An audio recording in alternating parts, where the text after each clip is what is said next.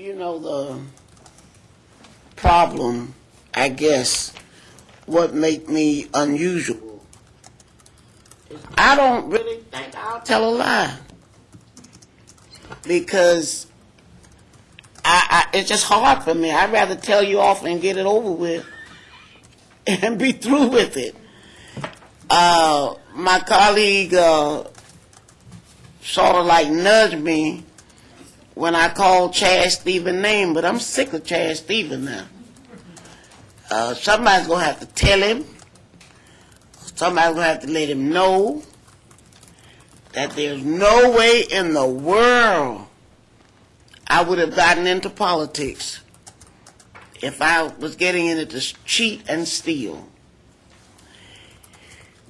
The thought that came over the last weekend is he's ruining a family name that has been outstanding in this community from the beginning, before the city was incorporated 75 years ago, because the Poitiers shared all the land with latecomers.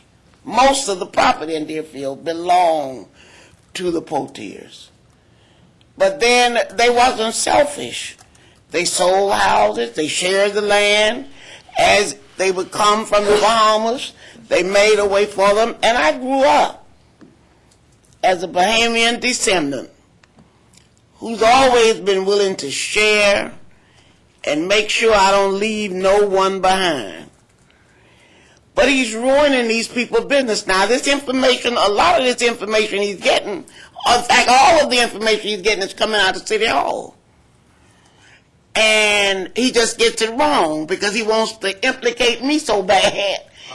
He have all kinds of stuff on me, but he doesn't have anything on me. When it gets to the Board of Ethics in Tallahassee, it's not me. He sees Sylvia Poitier and then he goes crazy. He says, I owe Enterprise and I owe the doctor. That's not me. And I'm sick of this man. Now, I want him to know that he's taken on a challenge. I just don't want to challenge him. Betsy Roberts is sitting, and I made a mistake one time because I went down off the podium at the county commission, and I learned then, Betsy, that the press could mess you up. Whether you telling the truth or they telling the truth, but what the public first read, they perceive.